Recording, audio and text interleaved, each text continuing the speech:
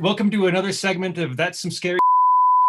We have Josh with us, huge ghost head. This guy has some great stories. So let's just jump right in, man. Let's hear your stories. Sounds good. So a couple of years ago, I was having this terrible nightmare. It started out in this black auditorium.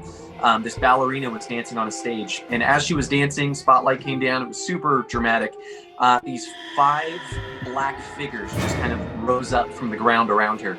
And it just started filling me with this whole sense of dread. And as they closed in around her, they all just grabbed her from the stage and proceeded to just physically rip her apart limb from limb.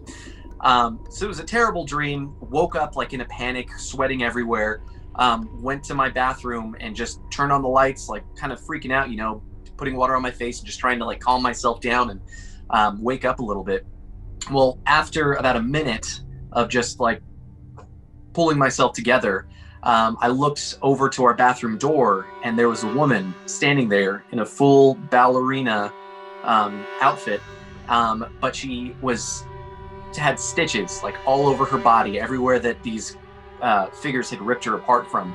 And I was just standing there staring at her. Now, I wasn't asleep at this point, so it was a little bit of an extra shock, just seeing somebody physically in front of me. So I saw her move to the side and I followed her into my hallway. And she was still there. So she continued to proceed down my hallway up to where our kitchen was. And there was a right turn that you can make into the kitchen. And I was just standing there like completely jaw dropped at like what I was seeing in front of me. She walked into the kitchen. I followed her in there and she was just gone. Wow. As far as you know, are you the only person that has had these type of experiences in that apartment? In that particular apartment, yeah, but we actually know the people who were there, so I should follow up with them and see if they've had any experiences on their own. Wow, that's a great story.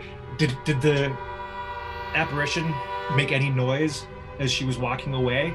Nah, dude, it was completely silent. Like, so I've had situations where I've only heard things and not seen things, only seen things and not heard, like touches and stuff like that. But it's most of the time when I have sort of encounters, it's either completely visual or completely audible. So it's I don't know what that one was, like completely visual. Like I feel like I could have touched her, which would have been equally terrifying.